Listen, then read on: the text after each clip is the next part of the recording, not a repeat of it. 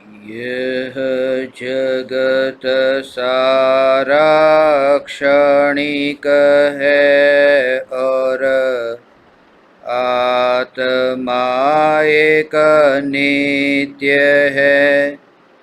आत्मा का अनुभव बस एकमात्र नित्य है।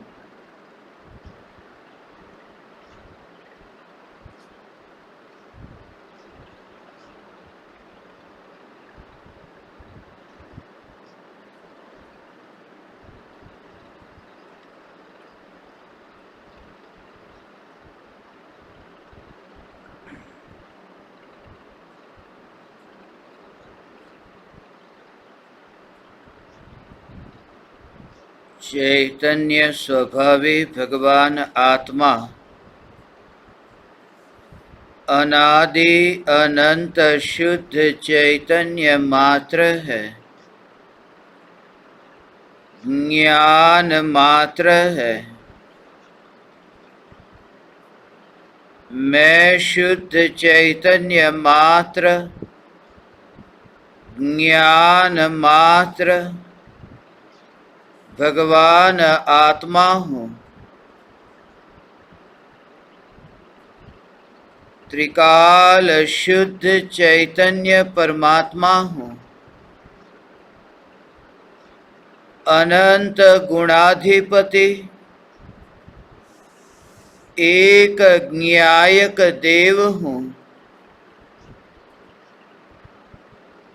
अगणित ज्ञेयों के प्रतिबिंबों से अप्रभावित ज्ञान पर्यायों में एक समय के लिए भी नहीं मिलने वाला, एक समय के लिए भी नहीं सिकुड़ने वाला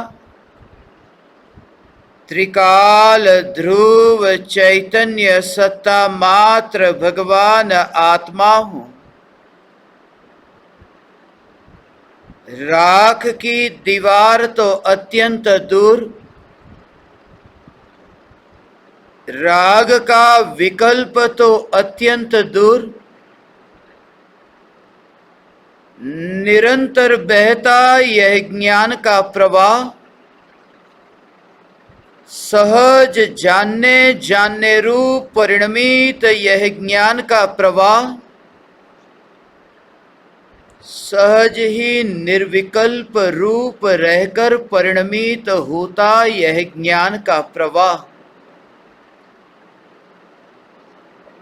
जिस ज्ञान के प्रवाह में भी मैं नहीं मिलने वाला, ऐसा ध्रुव चैतन्य तत्व मैं हूँ। ज्ञान के जानने रूप प्रवाह में भी प्रवाह की और दृष्टि न हो तो ज्ञान के प्रवाह में व्याप्त ध्रुव चैतन्य सत्ता की स्पर्शना से एकमात्र अभेद स्वरूप दृष्टि में आता है। ऐसा यह त्रिकाल शुद्ध चैतन्य स्वरूप है। एक समय की पर्याय में त्रिकाल ध्रुव चैतन्य स्वरूप श्रद्धा में टंकोत्कीर्ण होता है।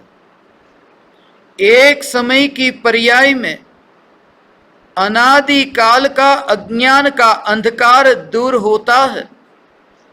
एक समय की पर्याय में अनादि काल का मिथ्यात्व का जहर, मिथ्यात्व की शराब, उससे छुटकारा होता है। एक समय की निर्विकल्प अनुभूति अनंत काल के तरह तरह के दुस्वप्न से छुड़ाने में कारण बनती है। एक समय की निर्विकल्प अनुभूति, भले ही यह अनुभूति एक समय की है, मगर उस अनुभूति तक पहुंचने के लिए अनुभूति के पूर्व असंख्य समयों तक चैतन्य तत्व का विचार चलता है। चैतन्य तत्व विचार, निर्विकल्प अनुभूति ध्यान की अवस्था है, मगर उस ध्यान की अवस्था से पूर्व निरंतर चैतन्य तत्व विचार। जो भी ज्ञेय ज्ञान में जानने में आए, यह जागृति की न ज्ञेय को मैंने यहाँ बुलाया है, न ज्ञान ज्ञेय में गया है। ऐसी स्वतंत्रता, जैसे सरोवर में सूर्य का प्रतिबिंब पड़े, जैसे सरोवर में चंद्र का प्रतिबिंब पड़े, जैसे सरोवर में उड़ते पंछियों का प्रतिबिंब पड़े। सूर्य चंद्र पंछियों को पता ही नहीं है कि सरोवर कहाँ है, और सरोवर का कोई लेना देना नहीं कि कहाँ है सूर्य, कहाँ चंद्र, कहाँ ये पक्षी। सरोवर निर्विकल्प है। निर्विकल्प सरोवर में सहज ही ये पदार्थ प्रतिबिंबित होते हैं। ऐसी ही ये ज्ञान की अवस्था है। ज्ञान की अवस्था ऐसी निर्लेप है कि जिसमें कोई भी परद्रव्य विकल्प से प्रतिबिंबित नहीं होता। कोई भी परद्रव्य विकल्प से तो प्रतिबिंबित नहीं होता, यहाँ तक कि जो विकल्प प्रतिबिंबित होते हैं वे विकल्प भी विकल्प से प्रतिबिंबित नहीं होते। मात्र ज्ञान की स्वच्छता का स्वभाव, इस स्वभाव में ध्रुव चैतन्य सत्ता का दर्शन करना, यह कला है। यही अपूर्व कला है जो आज तक अज्ञानी ने सीखी नहीं, जानी नहीं, समझी नहीं, कोई अनुभव नहीं। प्रति समय यह जागृति जो भी ज्ञेय ज्ञान में जानने में आए, उन ज्ञेयों के ज्ञान में प्रतिबिंबित होने के काल में न ज्ञेय पर जोर हो, न इंद्रियों के परमाणु पर जोर हो। जैसे ये प्रयोग करे, खुली आंख से वस्तु को देखते हैं, सामने कला करता हुआ मोर हो और खुली आंख से वह मोर जानने में आता हो, तत्क्षण यह जागृति कि ये जो खुली आंख से ये जो जानने में आ रहा है, ये ज्ञान का जो परिणमन है, वह परिणमन, यह ज्ञान का परिणमन आंख में नहीं गया। यह ज्ञान का जानने रूप प्रवाह यदि आंख में गया होता तो आंख स्वयं ही चैतन्यमयी हो जाती, आंख स्वयं ही चेतन हो जाती। और आंख के परमाणु यदि ज्ञान के परिणमन में बीच में कहीं आते तो ये ज्ञान का प्रवाह जो है वह प्रवाह रुक जाता। ये ज्ञान बंधा नहीं, ये ज्ञान स्वतंत्र रूप से यात्रा करता है। यदि बंधन हो, यदि उसमें बीच में कोई अवरोध हो तो वह प्रवाह रुक जाए। जैसे नदी के पानी का बहता हुआ प्रवाह है, उस प्रवाह में यदि बीच में कोई अवरोध आए, कोई विघ्न आए, जैसे कोई दीवार खड़ी हो जाए, तो वो प्रवाह बह नहीं सकता, वो प्रवाह रुक जाएगा।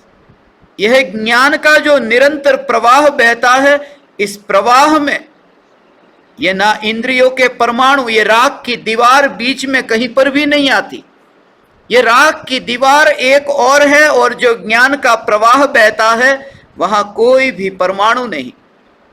परमाणु तो दूर, पर भाव भी नहीं।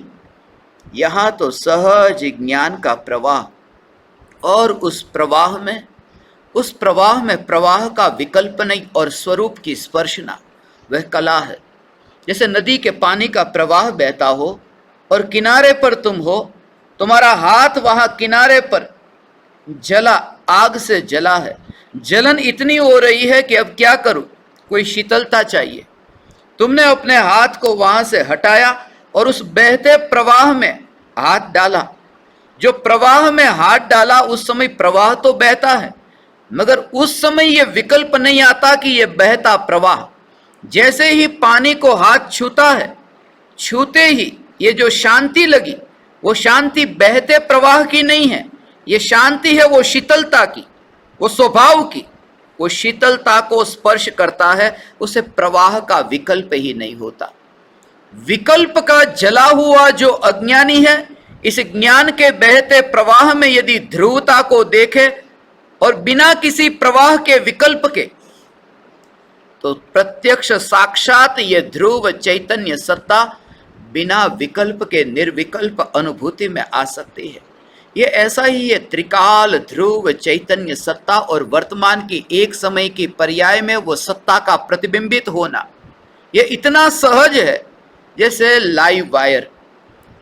वो जो लाइव वायर है, यहाँ इतनी दूरी, एक वायर यहाँ और यहाँ से यहाँ तक बंधा हो, और बीच में यहाँ उंगली उस वायर को छूती है। जैसे ही उंगली में वहाँ वायर को छूते ही जो करंट का जो झटका लगा, वो झटका सिर्फ उंगली ने जितने परमाणु को छुआ है उतना झटका नहीं है। वो जो करंट, वो जो विद्युत प्रवाह, वो विद्युत प्रवाह जो पूरे में व्याप्त है, वो पूरे का अनुभव यहाँ उंगली में हुआ। एक एक को छूने जाना नहीं पड़ा, एक एक परमाणु को छूने जाना नहीं पड़ता। यहाँ मध्य में छुआ कि पूरे में व्याप्त वह जो स्वरूप है उसका झटका, उसका अनुभव यहाँ हुआ। वर्तमान की पर्याय में अनुभव होता है, मगर त्रिकाल ध्रुव चैतन्य सत्ता की स्पर्शना हो जाती है। वर्तमान में त्रिकाली का दर्शन, तरंग में सागर का दर्शन, बहते प्रवाह में मात्र पानी का ऐसा अनुभव, शीतलता मात्र का अनुभव, ऐसा अनुभव कि पर्याय में ही द्रव्य का अनुभव, मिठास में रस का अनुभव, रस का विकल्प न हो कि मीठा, खट्टा, कड़वा, रस है, बस रस है। यह जागृति एक समय की निर्विकल्प अनुभूति की पर्याय में भगवान, वह त्रिकाल ध्रुव चैतन्य सत्ता जब अनुभव में आती है, जब प्रत्यक्ष ज्ञान का विषय बनती है, उस समय ये राख की दीवार के परमाणु वहां कहीं पर भी नहीं। उसे कहा परम कृपालु देव ने, देह होने पर देहातीत दशा, अनंत परमाणुओं को छोड़ता नहीं है। वह वहां अनुभव करता है जहां ये अनंत परमाणु ग्रहण ही नहीं हुए। अनंत परमाणुओं का ये बंधन, ये अनंत परमाणुओं का मिलना और बिछुड़ना, ये ऐसे ही लगता है। दूर से वह दृश्य को जैसे देखे, गजपंथा का ये पहाड़, उस पहाड़ में नए नए परमाणु तुम्हें आते हुए दिखाई दे और दूर जाते हुए दिखाई दे, मगर जैसे दूर से तुम उस पहाड़ के परमाणुओं को देखो, ऐसे ही तुम प्रयोग करो। ये तुम तत्व विचार करो कि इस राख की दीवार में भी कुछ नए परमाणु आए और गए। इस राख की दीवार में नए परमाणु का आना हुआ, पुराने का जाना हुआ, मगर मैं चैतन्य तत्व अत्यंत दूर से देखने वाला। ये भेद विज्ञान का अभ्यास, ये भेद विज्ञान का अभ्यास, प्रति समय यह जागृति। पानी भी पिया, हाथ में गिलास से पानी उठाया और पानी शरीर में गया। जब पानी शरीर में जाता हो तो ऐसा ही कि हिमालय से गंगा नदी बहती है और बंगाल तक बह रही है, और मैं अपने घर में हूँ। मैं निश्चिंत हूँ, क्योंकि ना मुझे अपने घर से बाहर निकलना है, ना उस गंगा को मेरे घर तक पहुँचना है। ये देह की क्रिया में प्रति समय यह जागृति का प्रयोग कि पानी यहाँ लिया और मुंह से गया, ये यहाँ हिमालय से गंगा बही और पेट की बंगाल की खाई तक, खाड़ी तक पहुँची। मगर यह जागृति कि जहाँ गंगा बहती वहाँ नहीं, मैं अपने ज्ञान महल के बाहर निकला ही नहीं, चैतन्य महल के बाहर निकला ही नहीं। ये जागृति भोजन की क्रिया होती हो कि परमाणुओं का पिंड पहले से था और परमाणुओं का पिंड, ये जागृति। भगवान की पूजा हम करते हैं, एक भरी थाली है जिसमें चावल भरे, एक खाली थाली है। भरी थाली में से चावल उठा करके हम खाली थाली में डालते हैं, बस सिर्फ इतना औपचारिक रूप से बोल देते हैं, अक्षतम निर्वपामिति स्वाहा। एक थाली का माल दूसरी थाली में गया, उसमें धर्म नहीं हो जाता। यह जागृति कि एक थाली में से दूसरी थाली में जब वो चावल गए, वह चावल आदिनाथ भगवान के भीतर नहीं गए। ये प्रयोग करना कि एक थाली में से दूसरी थाली में चावल गए, वो आदिनाथ भगवान के भीतर नहीं गए। ऐसे ही जब भोजन करने बैठे, ये सामने थाली है और पेट भी एक थाली है, एक थाली में से दूसरी थाली में ये चावल जा रहे हैं और अनादिनाथ में ये चावल जा ही नहीं रहे। ऐसा भेद विज्ञान का अभ्यास। एक खिड़की खुली हो दूसरी खिड़की खुली है, एक खिड़की से हवा आई, दूसरी खिड़की से जा रही है, और यह दृश्य तुम देखते हो, मगर तुम उस मकान में ही नहीं जिस मकान की खिड़की में से हवा आती हो और जाती हो।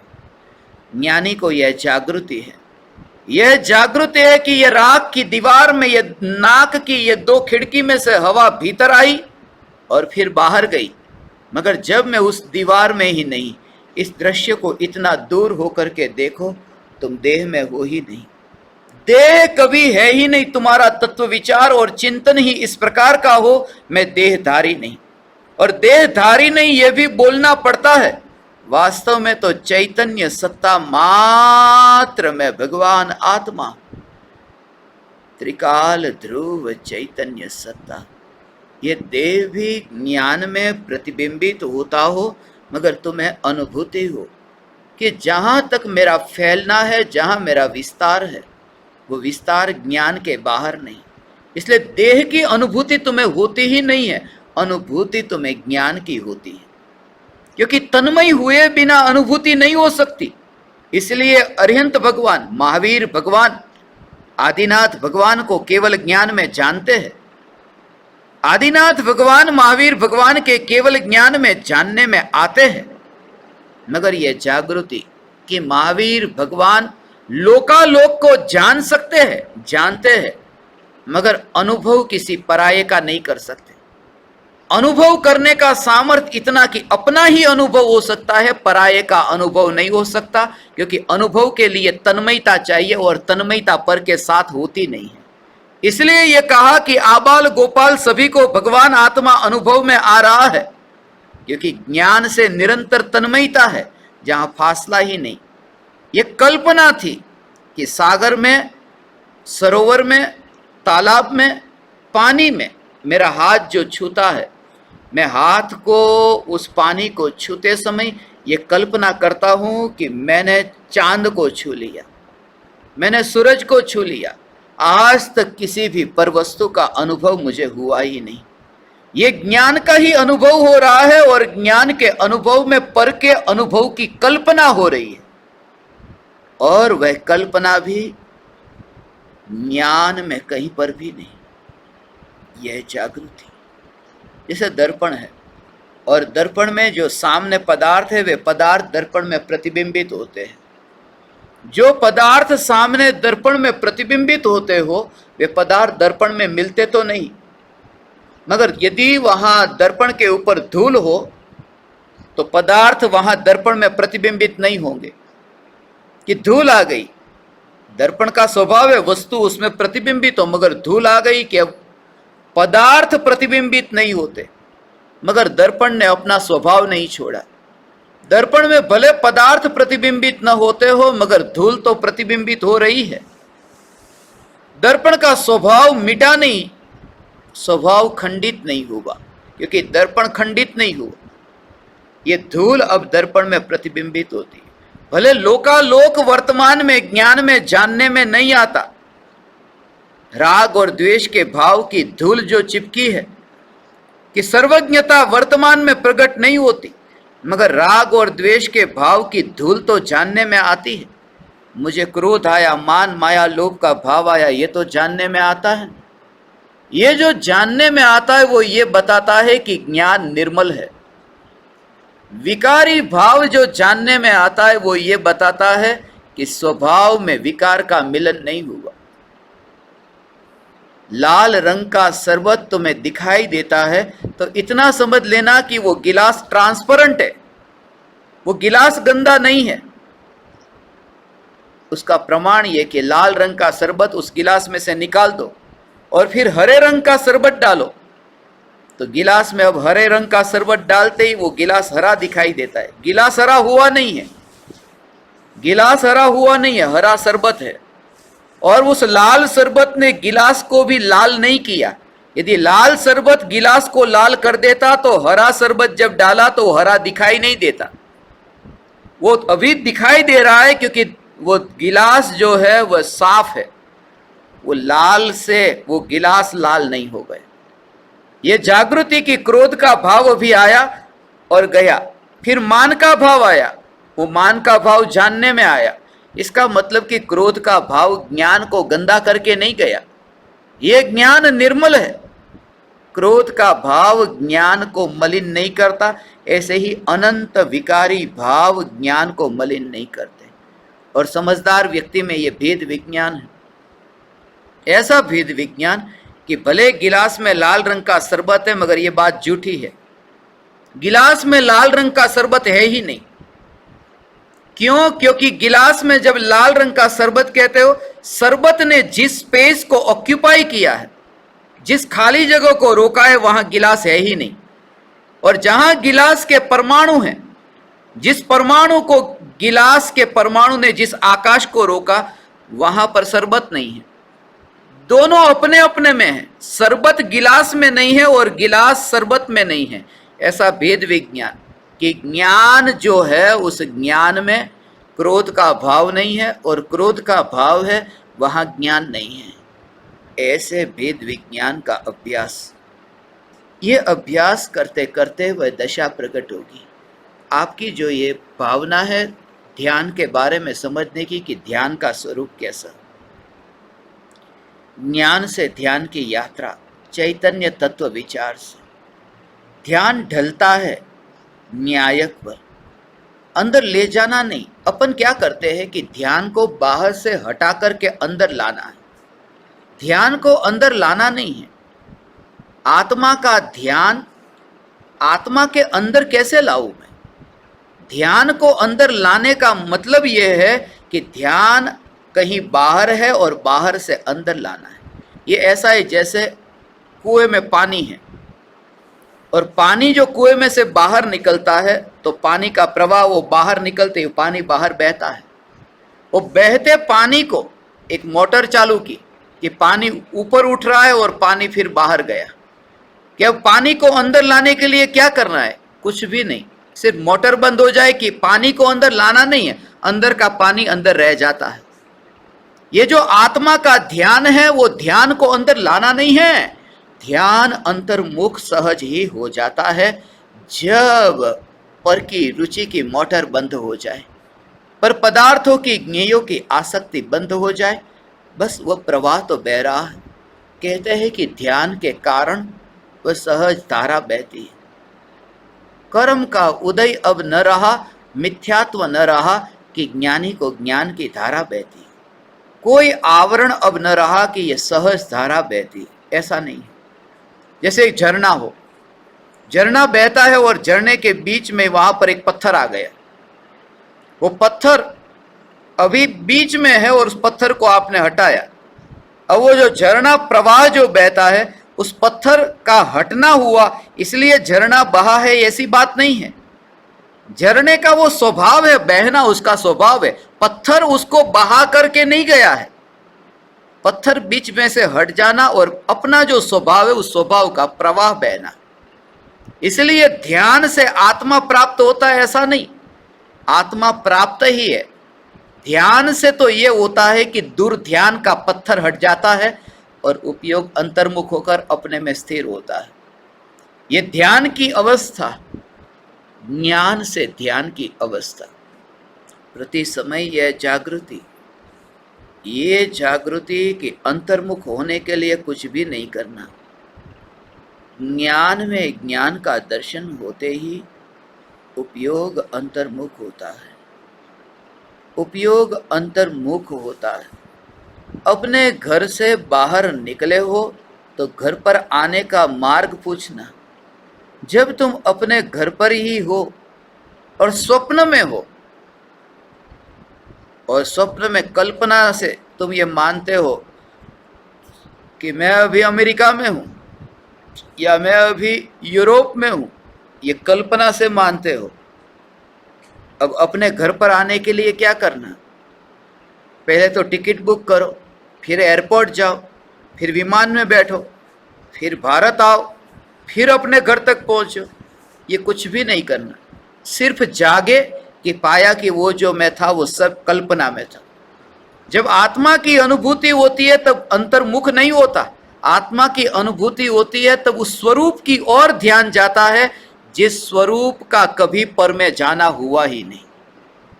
ऐसे स्वरूप पर दृष्टि, इसलिए कुछ छोड़ने जैसा लगता ही नहीं। इसलिए मैंने जग को छोड़ दिया, ये भी भाव नहीं। इसलिए त्यागोपादान शून्यत्व शक्ति संपन्न भगवान आत्मा ये दृष्टि में आया। न कुछ त्याग करने योग्य रहा, न कुछ ग्रहण करने योग्य। ये प्रयोग करना। देह के परमाणुओं में ज्ञान का कहीं पर भी विस्तार नहीं, ज्ञान बंधा नहीं। एक समय के लिए ज्ञान का प्रवाह वह रुका नहीं। रुक जाता तो आगे वह प्रवाह बहता कैसे? जानना जानना जानना, ऐसा ये ज्ञान का प्रवाह। उस ज्ञान के प्रवाह में ध्रुवता का दर्शन। प्रवाह को भी मैं बहाता नहीं हूँ, उस प्रवाह में भी कौन सा पदार्थ प्रकाशित हुआ उसकी और रुचि नहीं।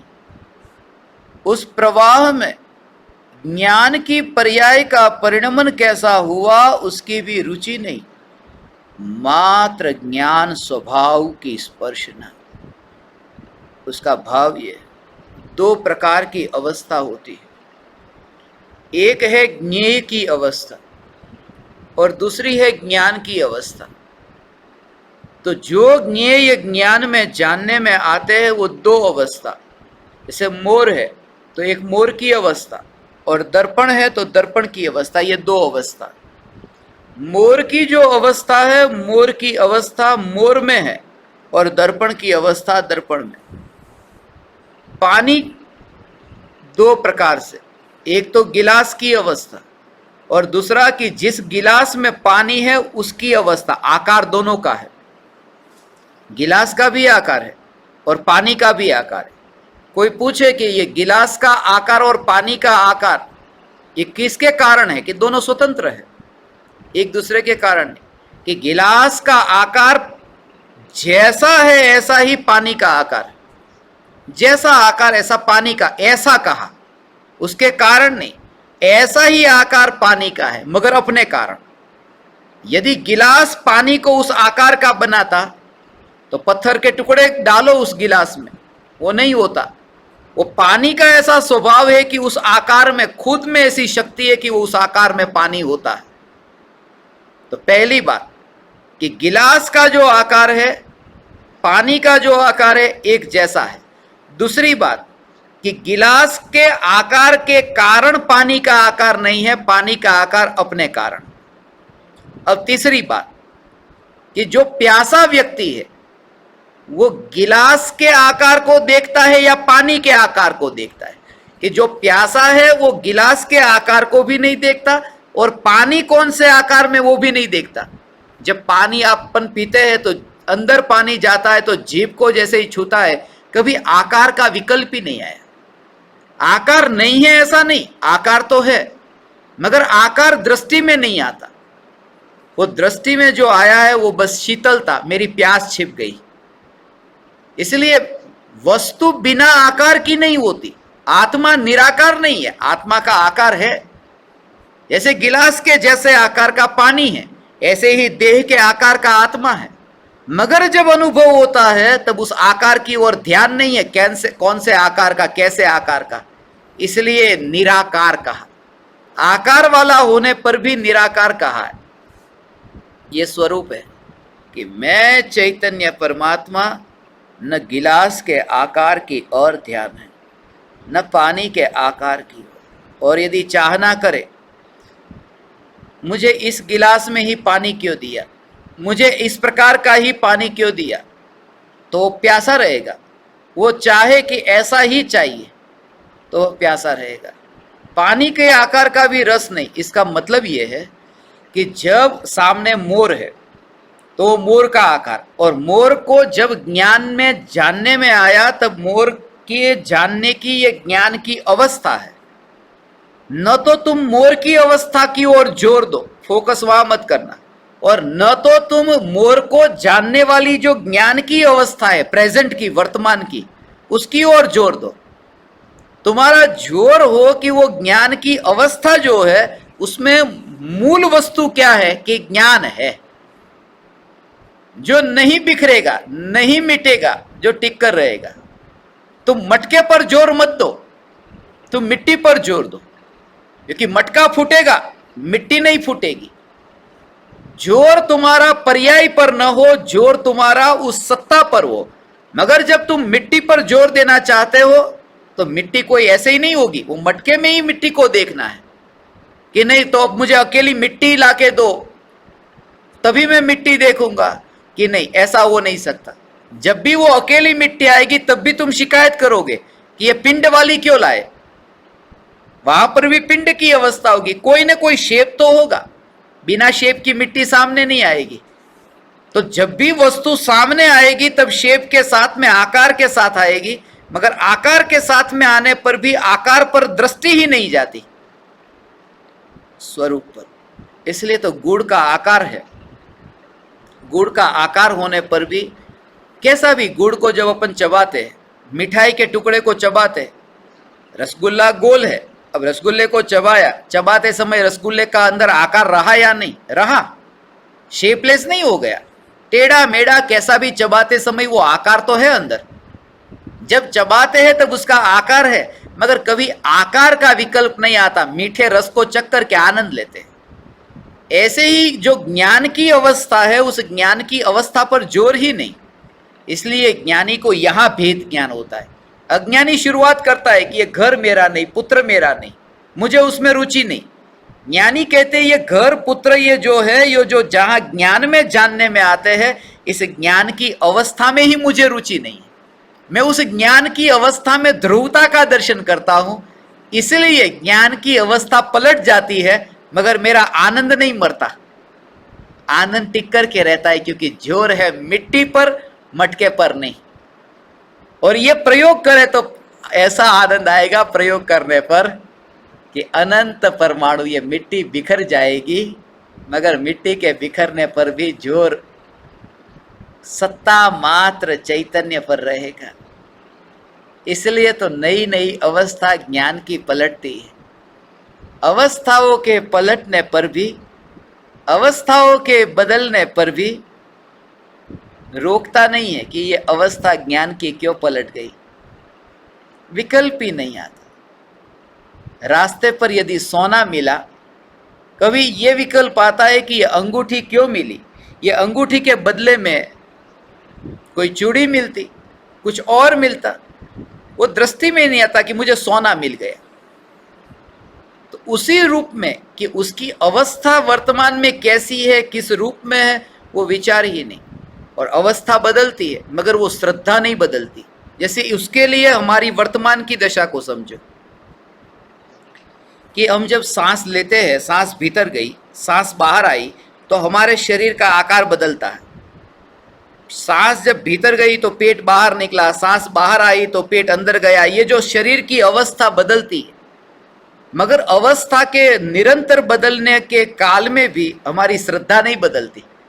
हम यही मानते मैं मनुष्य हूं। किसी व्यक्ति का नाम रमेश है तो वो यही मानेगा मैं रमेश हूं।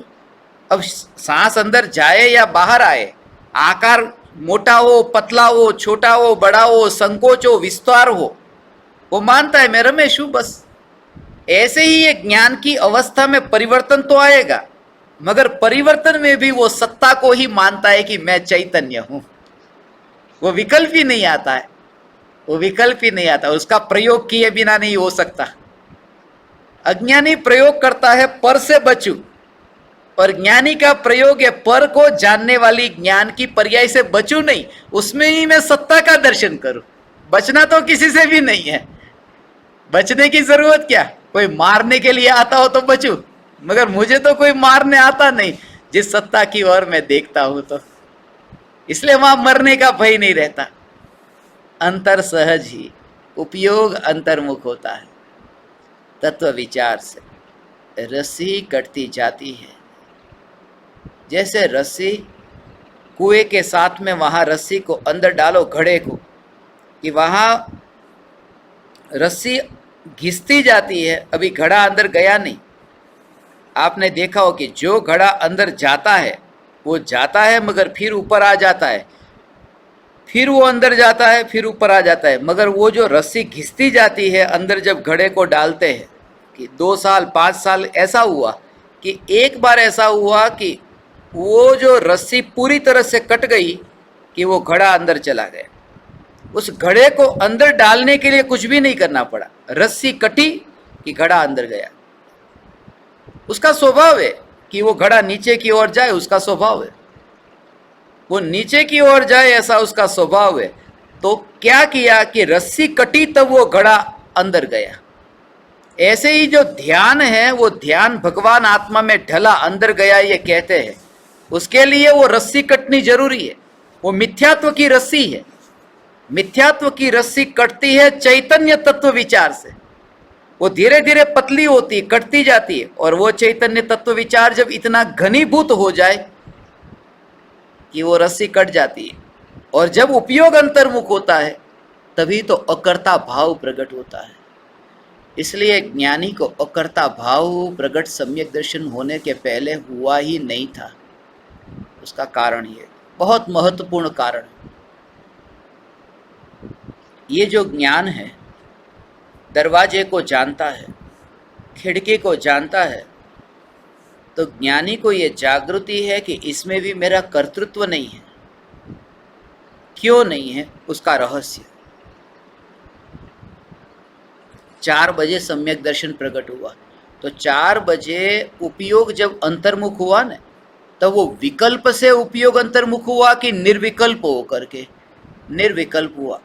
विकल्प से तो अंदर जा नहीं सकता, तो निर्विकल्प होकर के जो उपयोग अंतर्मुख हुआ है, कोई प्लानिंग करके नहीं कि चलो उपयोग को मैं अंदर ले जाता हूं। जिस समय अनुभूति हुई 4 बजे, तो 4 बजे उपयोग जो अंतर्मुख हुआ है वो बिना विकल्प का, माने ज्ञान की पर्याय में ये जो भगवान आत्मा जानने में आया वो बिना विकल्प का जानने में आया।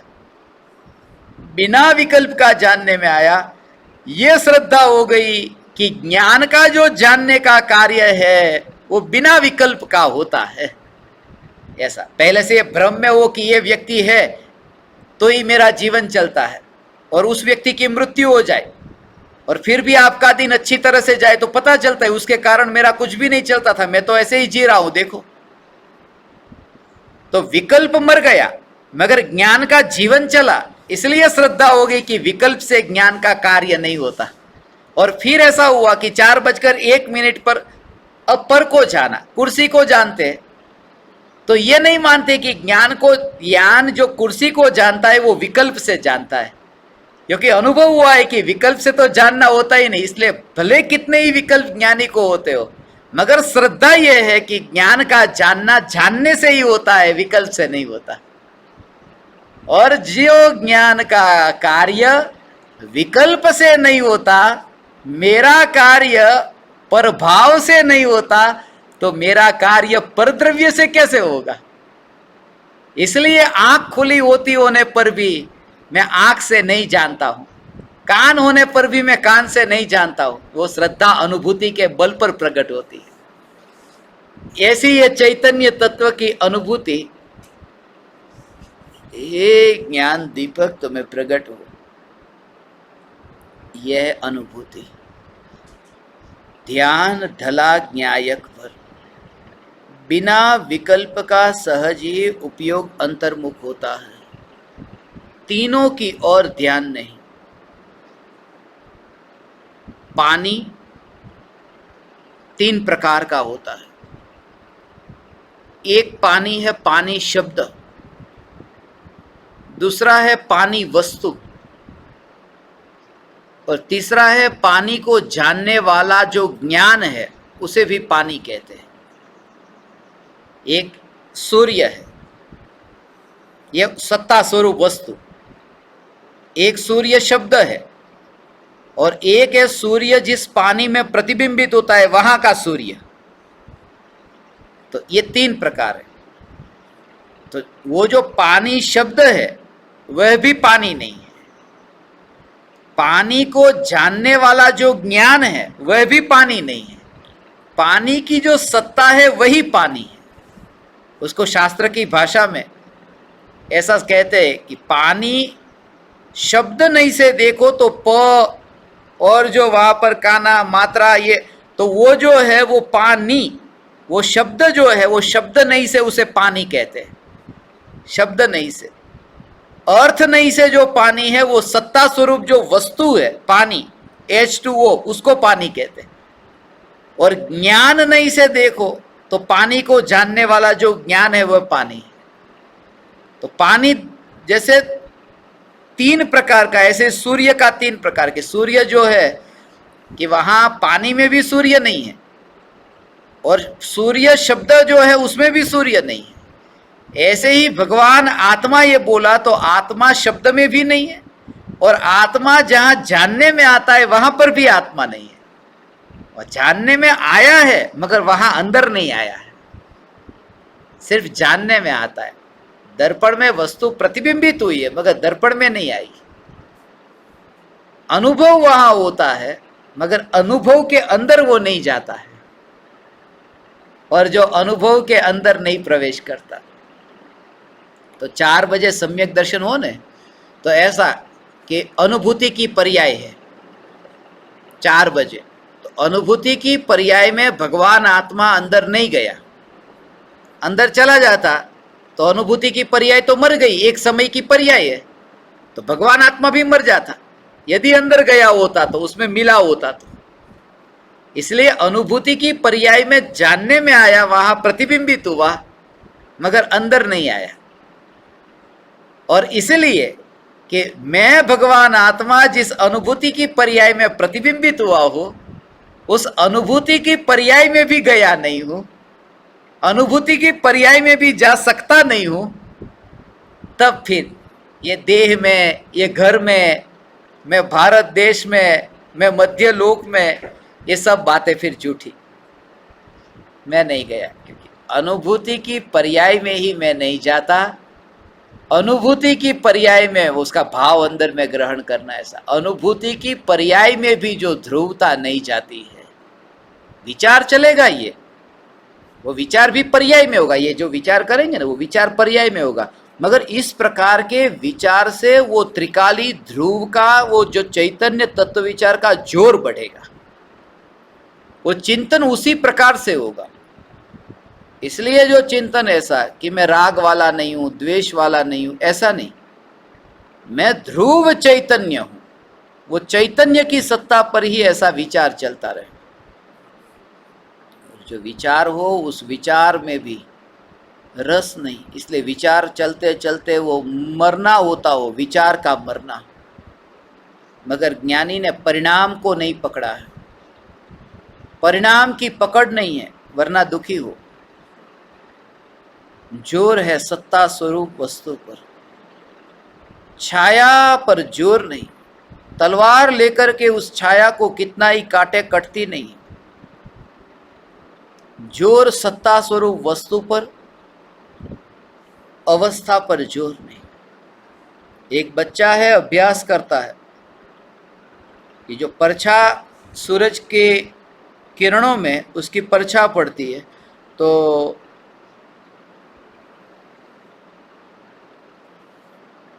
हाथ दूर है, सिर पर हाथ रखना है, वो परछा में पकड़ पकड़ करके सिर पर हाथ रखना चाहता है। परछा में एक फकीर आया, उसने उस बच्चे का हाथ उसके सिर पर रख दिया, तो और उसका ध्यान तो परछा की ओर था। उसको ऑटोमेटिक पता चल गया कि अरे परछा में हाथ सिर पर आ गया है।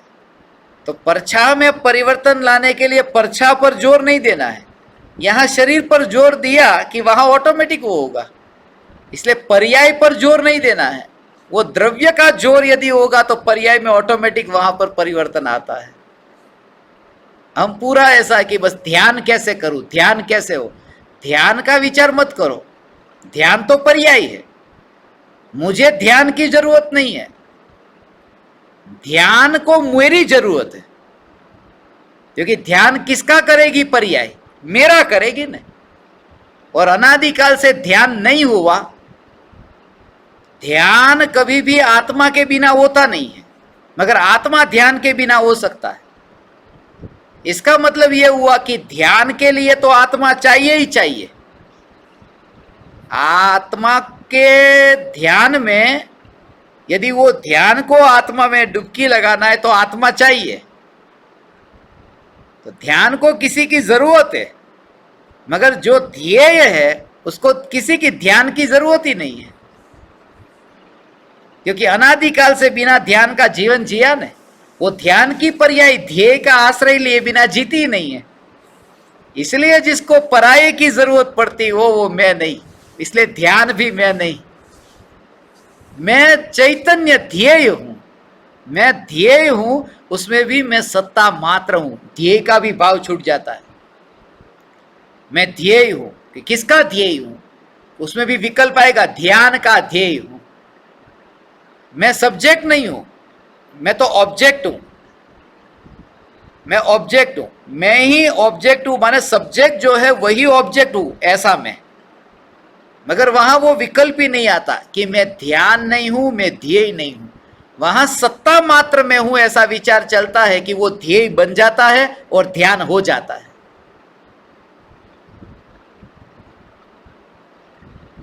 एकांत में ऐसा अनुभव होगा। अनुभूति की पर्याय ऐसी एकांत में प्रकट होती है। ध्यान ढला न्यायक पर, ऐसी ये ध्यान की अवस्था है।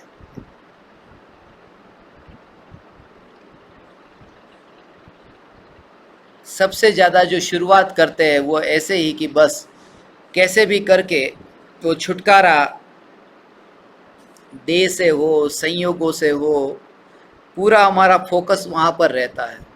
तत्व विचार जब आप करो, एक तो कभी कभी समय मिलता है, बाकी तो व्यवहार में इतने उलझे रहते हैं कि विचार भी नहीं आता है कि ध्यान करें। और जिस समय विचार आता है उस समय भी ध्यान करना है, वो विचार आता है। तो उस समय भी कम से कम वो जो विचार आया उस समय भी द्रव्य का जोर नहीं होता, उस समय भी पर्याय का ही रहता है। 24 घंटे में बड़ी मुश्किल से 5-10 मिनट ऐसे दिन में विचार आते हो, तो सब सच्चे हृदय से देखो तो ये सत्य है कि 5-10 मिनट बड़ी मुश्किल से ये विचार आते हो कि मैं चैतन्य हूं। भले कहते हैं कि मैं साधर्मी हूं 24 घंटे, मगर 24 घंटे का साधर्मी थोड़ी है कि मैं मुमुक्षु हूं 24 घंटे। तो मुमुक्षु नाम मात्र का मुमुक्षु, सचमुच ये मुमुक्षु नाम मात्र का है। अभी ये कहे कि यहाँ एक गाड़ी है जो मोक्ष में जा रही है, अब भी, और आपको किसी परिवार वाले को, किसी मित्र को, किसी को मिले बिना गाड़ी में बैठ जाओ, मोक्ष जाना है, और कंडीशन है अनंत काल तक वापस नहीं आना होगा, तो सोच लेगा एक बार, तो सीधा ही जाके बैठेगा ऐसा नहीं, सोचेगा। इसका मतलब ये कि मुफ्त में मोक्ष मिलता है तो भी नहीं जाता, तो पुरुषार्थ करके कब जाएगा? ऐसे मुमुक्षु मैं मुमुक्षु, मुमुक्षु भाइयों और बहनों, आप सबके लिए इसके लिए ये जागृति की अंतर में कभी कभी तो ये विचार आता है। सच्चे मुमुक्षु का विचार भी कभी कभी आता है, उसमें भी जोर जो है वो जोर पर्याय पर ही रह जाता है। द्रव्य के जोर से, द्रव्य के जोर से, सत्ता मात्र। इसलिए मुनि अवस्था का जो विचार चलता है, उस समय ऐसी परिणति होगी। मुनि अवस्था का विचार जब अंतर में चलता है, ध्यान मुझे दिन में 24 घंटे में 8 घंटे आत्मा का ध्यान करना है। जब मैं मुनि होऊंगा 8 घंटे तो मेरा कम्युनिकेशन किसी के साथ में पक्का नहीं होगा, क्योंकि उस समय मैं 8 घंटे ध्यान में लीन रहूंगा। ये पूरा प्लानिंग करके अभी मुनि होने जाए, वो मुनि हो ही नहीं सकता। मुनि नहीं, सम्यक दर्शन भी नहीं हो सकता। वो तो अंतर में न्यायक का अहोभाव इतना आता है, इतना अहोभाव आता है कि बार बार वो ध्यान होता है। ऐसा ऐसा नियम लेकर के नहीं, घड़ी लगा करके नहीं। बच्चा है वो खिलौने से जैसे खेलता हो, उसमें घड़ी लगाता है कि 8 घंटे मुझे ये खिलौना देखना है, बार बार अच्छा वो मेरा खिलौना किधर गया, मेरा खिलौना किधर गया। बच्चे में भी इतनी समझ है कि टाइम लेकर के वो खिलौने को नहीं खेला जाता, रुचि है। उसी प्रकार से ऐसा समय की ओर ध्यान नहीं। ऐसा विकल्प ही नहीं आता। आपको कभी ऐसा कि जब इतनी भूख लगी हो और सामने रसगुल्ला हो, तब ऐसा प्लान करते हो कि 1:42 और 0 सेकंड पर ये रसगुल्ला जिभ पर लूंगा, अभी इतनी मिनट, इतनी सेकंड, अभी इतनी मिली सेकंड, अभी इतना बाकी, अभी रसगुल्ला जिभ में डालू, आनंद ही नहीं आएगा। वहां तो निर्विकल्प होकर के रसगुल्ला अंदर डालेगा। कहने का मतलब ये कि बाहर के वो जो व्यर्थ का जो है ना, उसकी ओर जोर नहीं, कौन सा समय है, कौन सा काल है, या फिर बाहर में कौन सा क्षेत्र है, कौन सी अवस्था है, मस्ती स्वरूप की एकांत का अनुभव हो। ध्यान को अंदर ले जाना नहीं है, ध्यान सहज ही अंतर्मुख होगा, द्रव्य का जोर होगा, ऐसे ऐसे ध्यान अंतर्मुख होगा।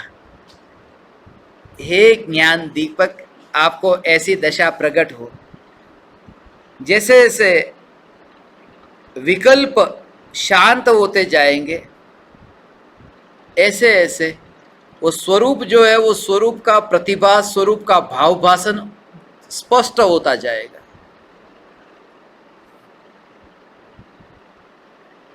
अभी मैं बोल रहा हूं, मगर ये जो पंखे की आवाज है, वो आवाज आपको सुनाई नहीं दी।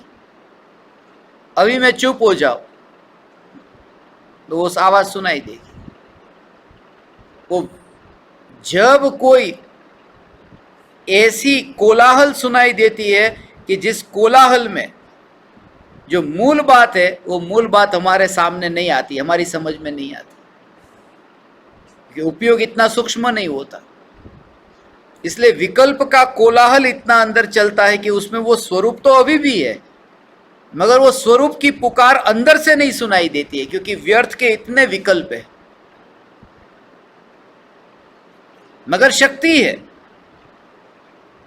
ऐसा करके कोई धनपति है, अब करोड़पति को ऐसा हो जाए कि अरे मैं तो इतना बिजनेस में फंसा हूं कि विकल्प इतने हैं, इतने विकल्प है कि आत्मा दिखाई नहीं देता। अभी विकल्प के कोलाहल में आत्मा कैसे दिखाई दे? तो उनके लिए सुविधा है कि चिंता मत करो, आपका भी काम हो सकता है। आप में भी वो कला तो है, आप में वो कला है कि कितना भी कोलाहल हो। ये तो मुंबई का दृष्टांत है, इतना कोलाहल था, किसी की आवाज सुनाई नहीं दे। कालबा देवी रोड पर इतना ट्रैफिक, इतनी गाड़ियों की हॉर्न बजते, इतनी आवाज, किसी की आवाज सुनाई नहीं देती। और मैं वहीं पर था, वहां से जा रहा था, और वहां पर किसी आदमी का सिक्का गिर गया 1 रुपये का, कि सब लोगों ने कहा ये किसका सिक्का गिरा है। इतनी कोलाहल में वो सिक्के की आवाज सुनाई दी।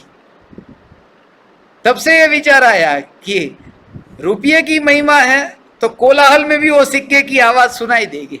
इसलिए आपको वो व्यापार का कोलाहल कितना भी हो, मगर रुचि चैतन्य की होगी तो अंदर से वो हकार आएगा, अंदर से वो फीलिंग आएगा। कोलाहल के काल में भी वो गौण हो जाएगा। ऐसे ही जैसे फोन पर बात करते और कितना ही कोलाहल होता हो, हमारा तो जोर बिजनेस पर है कि कितने बजे मीटिंग रखनी है, कितने बजे ये काम करना है, तो पूरा उसको थोड़ी बोलते हैं बाजार में लोगों को आवाज बंद कर दो। मेरी फोन में बात चल रही है, बहुत बड़ी मीटिंग है, उसका प्लानिंग चल रहा है। इसके लिए मैं खास पहले कहता था, अपने पाईखला में बैठते थे ना, वहां से वरघोड़ा निकलता, बारात निकलती, इतने ढोल नगारे बजते, तो कहते महाराज साहब होते, वो कहते खिड़की बंद कर दो, ये बंद कर दो, थोड़ी देर बंद कर दो, बाहर की आवाज।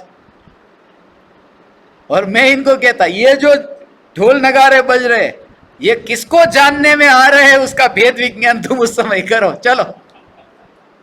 ऐसा कि उसको रोकना नहीं है कि अरे पर ढोल नगारा इतना बजता है तो थोड़ा तो कुछ करना चाहिए ना। अरे अभी तो ये ढोल नगारा, केवल ज्ञान में तो 3 लोक और 3 काल के ढोल नगारे प्रतिबिंबित होंगे, तो क्या करोगे? इसलिए बाहर में कुछ नहीं रोकना, जो हो रहा है उसमें भी अपने को देखना है, ज्ञान के स्वरूप को देखना है।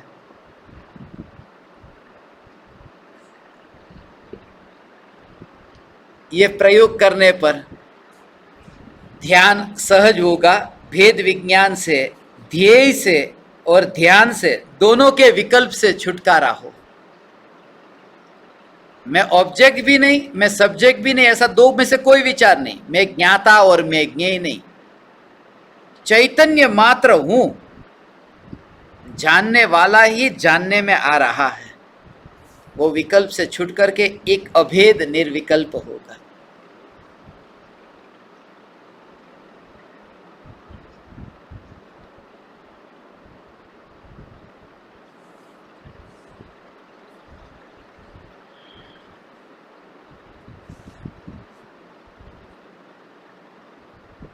जितनी भी ये बुद्धि है, ये बुद्धि से तत्व विचार तो होगा, मगर बुद्धि को प्रधानता मत देना। बुद्धि भी बढ़ती हो, विचार करने से बुद्धि बढ़ती हो, उसमें भी ऐसे ही देखना। पड़ोसी के घर में जैसे धन बढ़ता हो, पड़ोसी के घर में से जैसे धन खाली होता हो, ऐसे ही ये क्षयोपशम ज्ञान का बढ़ना और घटना, इसे भी पड़ोसी के रूप में देखो। उसमें भी मेरा कर्तापन कहीं पर भी नहीं। ये विचार करते हुए दृष्टि चैतन्य तत्व पर सब जानने में आए, मगर जानने में आता होने पर भी जोर यहाँ पर। इसलिए मैंने कहा ना, लक्ष्य हो, लक्ष्य का निर्णय हो, मगर लक्ष्य की ओर दृष्टि न हो। कार्य पूरा हो, वो पर्याय में हो, मगर पर्याय पर दृष्टि न हो। परिवर्तन, मूवमेंट, ये पर्याय में होती है, मगर गाड़ी चलाने वाला ड्राइवर वो कभी स्टीयरिंग को देख करके गाड़ी नहीं चलाता, रास्ते को देखता है, स्थिर को देखता है। मूवमेंट होती है यहाँ, स्टीयरिंग घूमता है अपने हाथ से, मगर हाथ को नहीं देखता, स्टीयरिंग को नहीं देखता। जहां परिवर्तन आ रहा है उसको नहीं देखता, जो स्थिर है उसको देखता है, और परिवर्तन ऑटोमेटिक आता है। ध्रुव को देखे, ऑटोमेटिक परिवर्तन आता है। उंगली को देख करके टाइप नहीं करते, देखते हैं तो कीबोर्ड को देखते हैं, देखते हैं तो सामने स्क्रीन को देखते हैं, यदि परफेक्ट हो गए तो, मगर उंगली को तो कोई नहीं देखता। जहां कार्य होता है वहां न देखना। कार्य जहां हो रहा है, वो जिसके लक्ष्य से हो रहा है, उस पर ही पूरा फोकस हो। ये तो अपने आप हो जाएगा, अपने आप होगा। जब रसगुल्ला अपने हाथ से उठाया तो हाथ को देख करके नहीं उठाते, रसगुल्ले को देख करके। तो कार्य यहां हो रहा है, मगर देखा रसगुल्ले को। ऐसे ही द्रव्य पर फोकस होगा तो पर्याय में ध्यान ऑटोमेटिक होगा। पर्याय में इस प्रकार से परिणमन होगा कि ध्यान अंतर्मुख हो जाए। और यदि स्टीयरिंग को देख करके चलाए, एक्सीडेंट होगा, वो हो ही नहीं सकता। इसलिए पूरी तरह से वो जो फोकस है, एकाग्रता है, वो पूरी यहाँ द्रव्य पर होती है, पर्याय पर नहीं। चलते हैं, मगर चलने का जो कार्य है, अपन आज तक कभी दो पैर को देख करके नहीं चलते।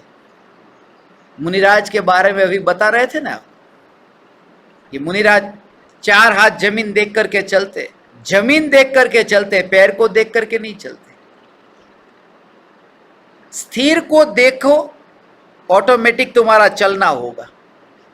पूरा फोकस स्थिर पर ही हो। इसलिए तो मोक्ष ज्ञान में जानने में आता है, दृष्टि में नहीं आता। दृष्टि में तो चैतन्य ही रहता है। मोक्ष ज्ञान का विषय बनता है, दृष्टि का विषय नहीं। और ज्ञान का विषय तो लोकालोक बने, कोई प्रॉब्लम नहीं है, केवल ज्ञान का विषय लोकालोक बनता है। मगर दृष्टि का विषय एक चैतन्य तत्व, जहां कार्य हो रहा है वहां देखने नहीं, सीधा स्ट्रेट स्वरूप। पक्षी अपनी दोनों पंखों को देख करके उड़ता ही नहीं, वहां देखता ही नहीं, और कार्य हो रहा है पंखों में, पंखों से ही उड़ना हो रहा है, मगर फोकस पूरा सीधा है। इसलिए न निश्चय न व्यवहार, दोनों के ऊपर फोकस नहीं। फोकस पूरा द्रव्य पर, निश्चय व्यवहार का पालन ऑटोमेटिक होगा। कार्य जहां होता है वो कार्य पर जोर नहीं। ऐसा कभी देखा? ऐसा कार्य का स्वरूप समझने के लिए ऐसे देखा, पर्याय का स्वरूप समझते हैं, मगर जिस समय वो एक्शन में आता है, एक्शन में आता है, उस समय तो वो गोल है, वो गोल पर ही पूरा फोकस है। किसी पर क्रोध आ गया और चाटा मारा। जब आप चाटा मारते हो किसी को तो हाथ को ऐसा करके देख करके मारते हो कि उसका गाल देखते हो। तो जो कार्य जहां हो रहा है वहां तो देखते रहो कितना परफेक्ट काम होता है, कि हाथ को देखे बिना इतना परफेक्ट हो गया कि फोकस वहां था ना। वो मूवमेंट जो है ऐसे ही, जहां अनुभव होता है वहां फोकस नहीं होता, जिसका अनुभव होता है पूरा फोकस उस पर है। इसलिए पुरुष यदि स्त्री को छूता है, स्त्री पुरुष को छूती है, छूते तो पुरुष को अपने हाथ का कभी विचार ही नहीं आता, छूता है तब वो जो आनंद मानता है, भोग भोगता है, वो छूने वाला अपना हाथ है। मगर मेरा हाथ वो विकल्प ही नहीं आता। स्त्री का हाथ पूरा फोकस वहां है और वहां अनुभव नहीं हो रहा है, स्त्री के अनुभव यहां हो रहा है। जहां अनुभव होता है उसका विचार नहीं, जिसका होता है वहां का पूरा एकाग्रता रूप। और पर्याय में परिणमन होता है, पर्याय पर जोर नहीं, पूरा फोकस द्रव्य पर। यही विधि है ध्यान की। क्या कहूं, कितने दृष्टांत बताओ? यहां तक चाटे मारने तक का बता दिया काम हो गया। कहीं पर भी ऐसा पूरा पूरा फोकस वहां पर। भोजन भी परोसते हैं तो परोसते समय भी वहां पर कि दाल को देखो, वहां पर कटोरे को देखो, हाथ को देखो ही। कोई भी व्यक्ति रुपये को ऐसे देखता है, मगर अहोभाव किसका है? बैंक में यदि जाओ, कैशियर आपके लिए वो पैसे गिन करके देखता है, वो गिनना, उसका हाथ का मूवमेंट जो होती है उस पर आपको मजा आता है। वो मूवमेंट तो होती है मगर वो जो असली है उस पर है ना। ऐसा तो कार्य यहां होता है, गिनने पर जोर नहीं है, गिनती जिसकी हो रही है उस पर जोर है। इसलिए ये चैतन्य की माला, ये गिनते हो, माला पर जोर मत देना, जिसकी माला गिनते हो उस पर जोर देना। गिनना तो यहां पर भी हो रहा है।